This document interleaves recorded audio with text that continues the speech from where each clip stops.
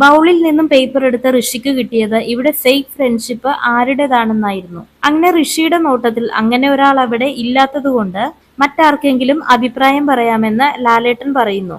അപ്പോൾ ജാസ്മിൻ എഴുന്നേറ്റ് അൻസിബയുടെ പേര് പറയുന്നുണ്ട്.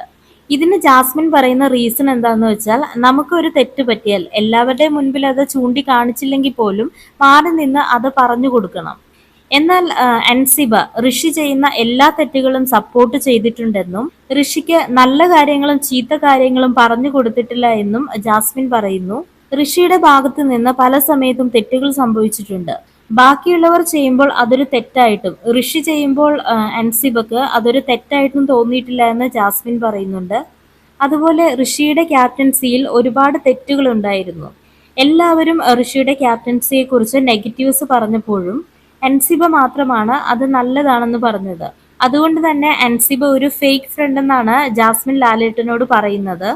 എന്നാൽ ജാസ്മിൻ അവിടെ കാണിച്ച ഗബ്രിനോട് ഉണ്ടായിരുന്ന ആ ഒരു ഫ്രണ്ട്ഷിപ്പ് ഒക്കെ വെച്ച് നോക്കുമ്പോൾ ഋഷിയുടെയും അൻസിബയുടെയും ആ ഒരു ഫ്രണ്ട്ഷിപ്പ് ഒരിക്കലും ടോക്സിക് ആണെന്ന് കാണുന്ന ആർക്കും പറയാൻ പറ്റില്ല. അവർ വളരെ മാന്യമായിട്ടുള്ള രീതിയിൽ തന്നെയാണ് അവരുടെ ഫ്രണ്ട്ഷിപ്പ് കൊണ്ടുപോയത്. ഋഷിയെ സംബന്ധിച്ച് ഋഷി വളരെ ജെന്യുവിൻ ആയിട്ടുള്ള ഒരു പേഴ്സൺ ആണ്. അതുകൊണ്ട് തന്നെയാണ് അൻസിബ ഋഷിയെ സപ്പോർട്ട് ചെയ്തതും ഫ്രണ്ട് ആക്കിയതും.